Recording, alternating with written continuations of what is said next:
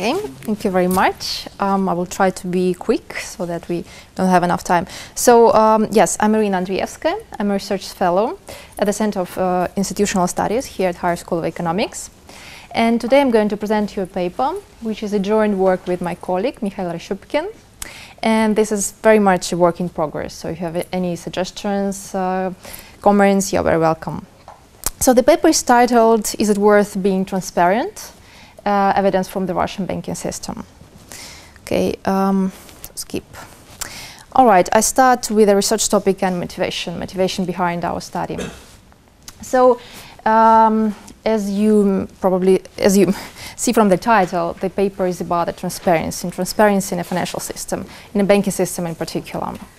So we all know that transparency and information disclosure is important for any market. And it is no less important for the efficient functioning of a financial system, banking system in our case that we consider.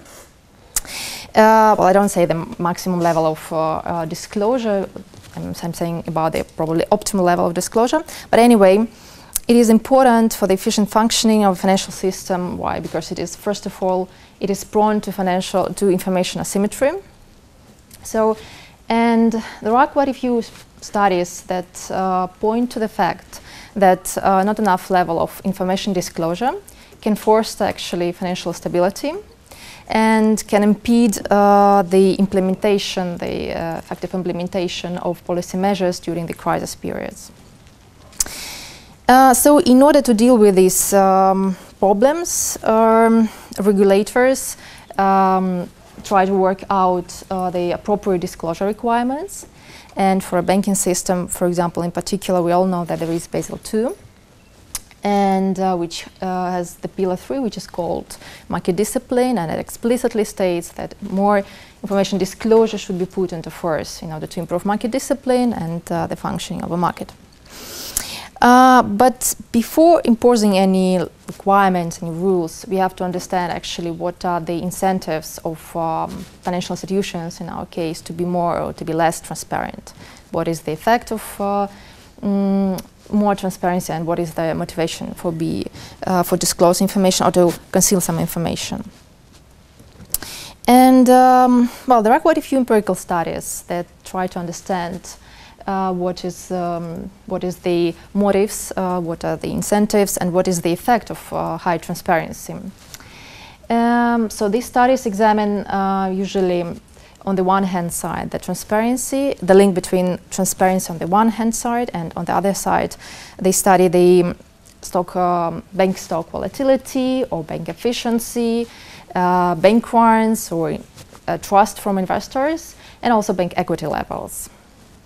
So we try to add to this literature, to this trend of the literature, by analyzing another possible incentive of financial institutions to, well, actually to be less transparent.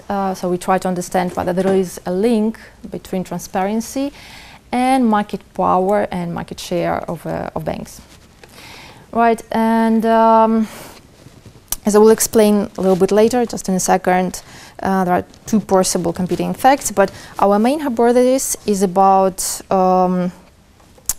is the following. So, well, first of all, we consider the voluntary disclosure, information disclosure, and we test whether voluntary disclosure is associated with lower levels of market power and market shares of banks due to the existence of proprietary cores. But it's true that in our research, we just try to understand whether the link exists, and we probably kind of try to explain, probably because of the proprietary cores, but we can't reveal this mechanism in full. And our second hypothesis is about the fact that, well, actually the asset quality of banks also can affect the link between transparency and market share and market power banks. And we can't avoid this step, even though it is indirect contribution, right? We can't avoid this step because, well, in many, according to market discipline principles and etc., asset quality matters and matters for transparency, for the decision of banks to disclose or not information. And by analyzing this second hypothesis, we indirectly study and examine, even though indirectly, whether transparency indeed affects market discipline, even though this issue should be studied in more details. But anyway, some signs, some probably conclusions we can make out of our results. So shortly about the literature with this respect. So in order to understand why the link should exist at all between transparency and market share and market power of banks, we should rely on industrial organization theory and also on the game theory ideas. Well, even though this, the theoretical literature that exists with this respect is not directly about the banking system, but we believe that these, the conclusions of the literature can be applied also to the banking financial system with some probably additional remarks. But anyway, so the link between transparency and market share and market power seems to be not that unambiguous, and there exist two well, competing effects. So the first, so here we should rely on the game theory ideas, and well, first of all, we have to consider firms versus competitors. So when a company discloses more information, this information can be used by the competitors, and for example, if the information is about like outputs positive signals, right, then probably this will attract new entrants to the market, and well, that's what we call proprietary course, hypothesis. So that was is understood by the proprietary course. But at the same time, information was also analyzed by the investors, and in our case, for example, depositors. And so they also react to the information that is disclosed. And if information is positive, okay, then they can attract more investors.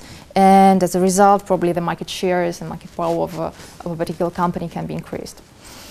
From the, well, there is a paper by Derrick 1993 that studies directly the link between voluntary transparency and market shares.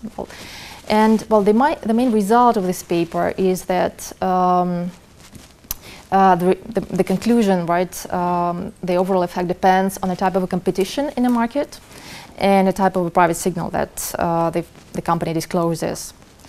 And so when we consider Cournot type, for example, game, there should be like with positive signal about output. The dominant strategy would be non-disclosure, but when we consider Bertrand type game, it would be the dominant strategy would be full disclosure.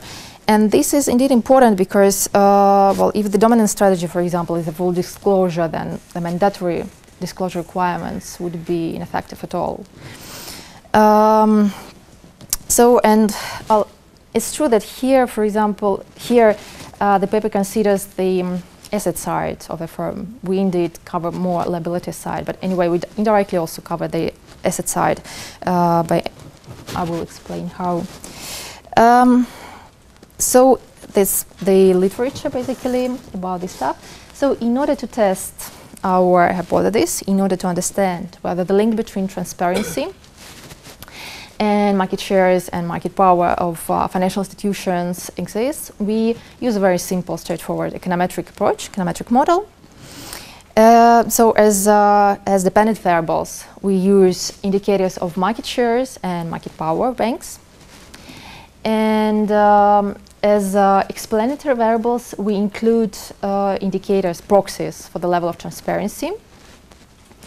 And also relative transparency, which actually plays the most important role here. I will explain later how we calculate these indices. As I mentioned before, we also try to understand whether this link is affected by the asset quality. And by asset quality, in order to include this type of analysis, we use non-performing loans, so we kind of control for the credit risk here. And we also try to understand whether the link is different during the stable times and during the crisis period. That's why we increase the crisis, and we include a set of control variables. Okay, so just quickly about market shares and market power.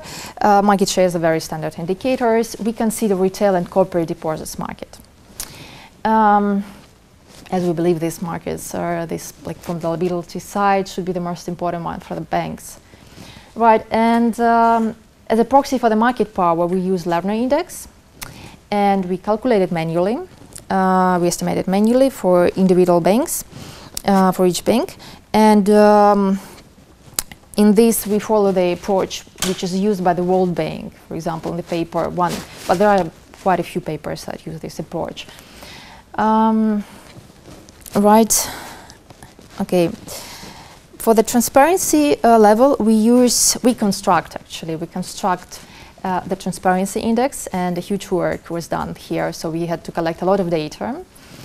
And the transparency index is very simple. So it is just the sum up of the positive answers for our questions. So we have a set of questions and about the transparency, what information is disclosed or not, and we just sum up. Well, this approach is based on the logic proposed by the Standard & Poor's, and S&P used this methodology to analyze also the Russian banking system in 2005, 2006, but only for the largest 30 banks. And we indeed cover a larger sample. And we reduced the dimensionality of this index, of course, because the initial methodology included like 105 questions. Indeed, we have 28 in order to, well, first to reduce the dimensionality, and moreover, a lot of questions are very similar, so they don't add valuable information to our index. And so the index consists of three major blocks. The first one is about the ownership and group structure. So about the main shareholders, affiliated companies. The second group is about financial and operating information, about the financial statements, about the disclosure of risks, risk strategies, and costs, revenues, and etc. And the third one is about the board and management structure, so the managers, their salaries. So in our analysis, we use the overall index, transparency index, as well as three different blocks separately in order to understand which block seems to be the most important here. Additionally, we estimate whether relative transparency plays a role here, right? And as our results will indicate, this what matters for the investors and for the market power most of all, not just the absolute level of transparency, but the relative one. So the relative means relative to the average level of transparency in the system. So, okay, it's calculated very simple, the ratio of the transparency level of a bank over the average, the mean transparency in the system. We include also control variables. So we control for the bank size, we control for the ownership structure, and we control for the just year dummies. And we run also instrumental variables regressions because in our explanatory variables we include non-performing loans together with disclosure variables. And well, they could be the problems of indigeneity, of course, because probably the decision to disclose depends on the asset quality of a bank. As instruments, we use return on assets and cost-income ratio, as these indicators seem to be okay based on the appropriate testing, like Sargan-Hansen test. Well, however, if you will suggest better instruments, it would be much better, because probably the discussor will comment on that, because probably, well, we couldn't find the better instruments, but I doubt that these are the best instruments as well. And and we also, I have to mention here that in this version of the paper, we instrument only one type of the regression, when we include financial information, when we consider only one block of disclosure, because we believe that this block of disclosure should be more sensitive to the asset quality, right? But maybe we have to instrument all regressions, but. Okay, so far we do like this, and we'll listen to the discuss comments about that. Okay, so we collect data for the largest 200 Russian banks, which cover approximately 80% of the total assets in the banking system. The period under consideration is 2004-2013, And we also use Mobily database in order to collect some financial indicators, bank-specific financial indicators. However, we just to mention, the state ownership or foreign ownership, the ownership structure, we prepare, we collect manually, we do manually, estimate manually, right? And we run random effect penal data model estimations. So, well, this is the descriptive statistics, but nothing special. So the maximum amount of the transparency index is 28. The maximum value for the first block it's 5. For the second block it's 12. For the third one it's 11. Right, the panel is unbalanced. There are some missing data. Okay, this before I go to the results part, just to show the quick picture of the dynamics of the transparency index. So this is the dynamics of the overall transparency index for selected banks, largest 20 banks more or less. So the index indeed changes over time and across banks, so it's not stable. Okay, so the major findings. Well, I hope you see. But anyway, I will discuss it. I will explain. So, well, first of all, what we find? We find that the link exists. The link exists, and between the level of transparency and the market shares and market power of banks. This link is different. The sign of this link is different during the normal times and during the crisis period. And it is different when we consider different markets, when we consider retail deposit markets or corporate deposit markets, and when we consider overall market power index. So for the depositors, we can see that, well, actually, the link is positive. So the more a bank discloses during the normal times, the higher market share bank has in terms of retail deposits. And well, here it's important to mention actually that just a second, as you see, it's important. Well, this one. So we can see, we use lagged variables, definitely. I forgot to mention that because information is analyzed with some lag as well. So we use 1 period lag. And so we see some indicators that for retail deposit markets, indeed, transparency affects market discipline in a way, because if a bank has higher non-performing loans, a high level of non-performing loans, and this bank discloses more information, so this bank has lower share in this market. So probably depositors punish this bank. During the crisis period, we see this link for the depositors, for the retail deposit market, the link between transparency in market and market share is negative, and probably because during crisis period, well, banks have problems, and if they disclose, the depositors start to panic. Probably this is probably the underlying reason. We also find, well, in this, I think I will move as I have a couple of minutes. What we find the most important for the market of the corporate deposits and overall market power of banks is the level of the relative transparency index. And well, again, relative transparency also is important for depositors, for the retail deposit markets. Definitely the same signs of the link. But when we consider corporate deposit markets, we see the link is different. So it is negative during the normal times. So probably due to proprietary course. Probably we can't say for sure what mechanism underlies it. But we assume, and the link becomes positive during the crisis period. So probably more disclosure is considered by corporate depositors as a positive signal. And the same logic we see for the Lerner index for the market power. During the normal times, the link is negative, but during the crisis period, it becomes positive. So more and more banks, more information banks discloses, more market power it has. Okay, so we run robustness check and results. We run right now robustness check by excluding banks that are under control of the banking groups. We will exclude yet for the robustness check the largest banks like Sberbank. We haven't done that yet, but we will do. We'll see what the results. But so far the results are similar. I just put the same for the relative transparency, but the results are similar. Right. Okay, and basically these are the major findings that I have already said before, and thank you for your attention. So if you have any questions, suggestions, you're very welcome. Thank you so much. Вы рассказывали статистику?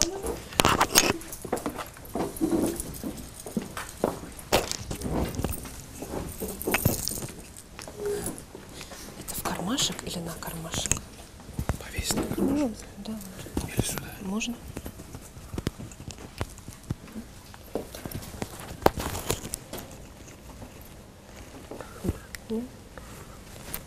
Сейчас. Так нормально, да?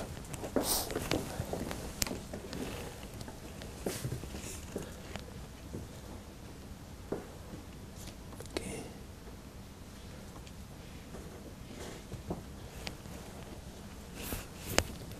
Так. Okay.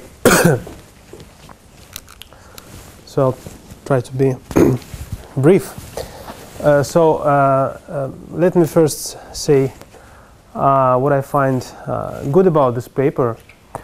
So first of all, I think there is indeed a potential for contribution to the literature, because I find the question quite novel. So the existing studies on the effects of corporate governance or transparency, they usually focus on the link between transparency and market valuation of a company. And this paper looks at the relationship between transparency and essentially product market. This, well, for banks, this is just a market share. In the paper, the measure is the market share of deposits. So this is the first thing. The second thing is that the data collection efforts have been great, of course. So this manually collected data for a relatively large sample of banks. And the third thing is that I did some interesting results, but I also have some concerns, which I'm going to discuss now. So my first concern is actually, well, okay, you run these regressions, but what is the kind of story behind all this? And what I mean here is that I guess you need a better link to theory. So you discuss some theory very briefly in the introduction, but actually it's not clear what theories are you testing exactly. Okay, so for example, in the introduction you are talking about the papers that study the effects of positive and negative news on market shares, but then in the paper, as a measure of disclosure, you take some general transparency measure. You don't have any kind of disclosure of negative versus positive news, and not anything like this. So I think what you should do is, first of all, you should explain better the existing theories, and maybe even develop some theoretical framework for the banking industry, because as you said, this literature has focused on non-banking industry. And then you should, I guess, try to carefully design your empirical specification to properly address this theoretical, or to match this theoretical framework, to properly test what the theory would predict. Just to give you an example, so in the paper you obtain this result that the disclosure of this information on board structure and board remuneration has an effect on the share of deposits in a bank. But why it should be the case at all? Because look, if I'm just a retail depositor, would I ever be interested in the transparency of the board structure or remuneration? Presumably, I would just care about the deposit interest rate and some measure of the safety of a bank as a regular person. Okay. So it's quite difficult to interpret your results without any story behind this. So one suggestion would be that instead of using this kind of aggregate disclosure measures, maybe you should try to develop some other disclosure measures. Maybe you should look indeed at disclosure of some events of positive versus negative news. And this comes back to the question of linking your empirical design to the theoretical framework. So this is my first concern. So the second concern is as follows. So I think there are some potentially missing determinants of the market share of a bank. So first of all, I wonder why you don't look at credit ratings of banks. You know, I'm a retail depositor or corporate depositor. Of course, I would be interested in credit. To some extent, the share of non-performing loans captures this because I think it should be correlated, but just to some extent. And then, if you use this information, then you can check if transparency has an effect actually on the credit rating. And then you will be able to, I guess, to measure both direct and indirect impact. Indirect, I mean, through credit rating effect of transparency. The second thing is that I think you need an interaction of the crisis dummy with some measures of safety or trustworthiness of banks. And this is so here's the explanation. So basically, so there is a crisis, okay? And then depositors, say retail depositors, they decide what to do with their money.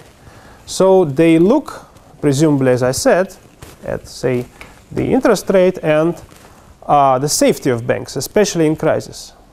So you control, for example, government ownership. You control for government ownership, but stand alone. So you don't have this interaction variable. So I think you need these interaction variables like government ownership, size as a measure of safety, so people presumably look at size of banks or credit rating. And then I thought maybe it would make sense to actually use if you have this data again, to use the deposit interest rate as a determinant. And again, so first of all, it should affect the market share directly, but it also may be a function of transparency. So for example, more transparent bank can allow charging or offering lower interest rate on deposits. So, and then you can try to measure direct and indirect effect of transparency, most directly and indirectly through the deposit rate. Okay, so then I have a few other concerns. So first of all, I think you should explain better what this Lerner index means for banks, because this is the first time I see it for being used for banks, and it's not clear to me. You know, I think you should explain in detail all the components and how you construct it and what it means. What's the meaning of it? Another thing is that I wonder why focused on the deposit share as a measure of the market share instead of why you focused on the deposits instead of say loans, share of loans to corporate sector and retail and ordinary people. So I didn't get, then another point is that I didn't really get this endogeneity concern that you have, that you are saying that this share of non-performing loans may affect disclosure. To me, it's not a concern. This is normal. I mean, I guess, this when you include this both variables in the regression, that's fine, because it's normal when regressors are correlated. So it's I don't really see any endogeneity problem here. And the final point I would like to make is I wonder to what extent the market share measure you use is a proper one, because basically you take the whole sample and then you measure the market share on the whole sample. But some banks probably operate just in some regions. So for them, the relevant market share would be the market share in that particular region. So I guess, okay, I also have, another concern is that in the tables, you do not report the aggregate disclosure effect. So what I mean is that you report the coefficients for disclosure and then for interactions of disclosure with, say, crisis and non-performing loans. But, for example, if you want to really understand what's the effect of disclosure in crisis, you should take the two terms together and plus the term, the interaction term of the disclosure with the non-performing loan. So basically all terms that contain disclosure. Sum them up and report the aggregate effect, and also test whether it is significant or not. Because if one is positive, the other one is negative. Each one is significant, but the aggregate effect may actually fail to be significant. Okay, so that's it. But otherwise, despite the concerns, I think that the idea is very good, and there's just work to be done to further develop it and to improve. Thanks. Thank you.